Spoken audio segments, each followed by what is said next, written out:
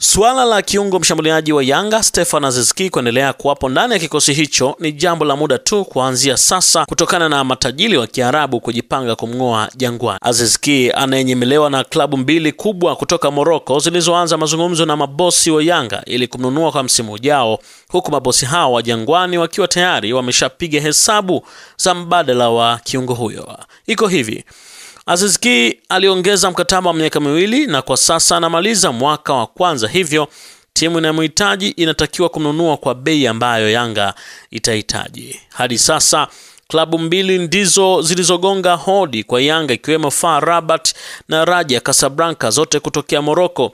Chanzo changu kinaeleza kwamba mabosi wa Yanga wameanza mazungumzo na FAR Rabat juu ya hatua ya kumuuza mwisho wa msimu, huku pia mabingwa wa Morocco Raja nao wakielezwa wanajaribu kumsaka kiungo huyo, hivyo mwenye kisu kikali ndiye atakayekula nyama. Kuna uwezekano mkubwa dili hilo likamalizwa na FAR Rabat kwa kuwa wameshafikia hatua nzuri ya kumaliza dili hilo, na kama atatimkia huko atakutana na beki Henock Inonga aliyewahi kuitumikia Simba kabla ya kutimka Morocco msimu huu. Katika ligi kuu ya Morocco Batola Pro, FAR Rabat ilikuwa chini ya kocha Nabi msimu uliopita, imeshika nafasi ya pili ikiongozwa na RS Berkane, huku Raja Casablanca ikishika namba 8 kwa sasa, wakiwa pia ndio watetezi wa taji walilolitoa kwa kuzidi ujanja maafande FAR Rabat dakika za lala salama. Hiyo ndiyo update ambayo nimekuletea kupitia Ahadi TV Online. Usisahau kusubscribe,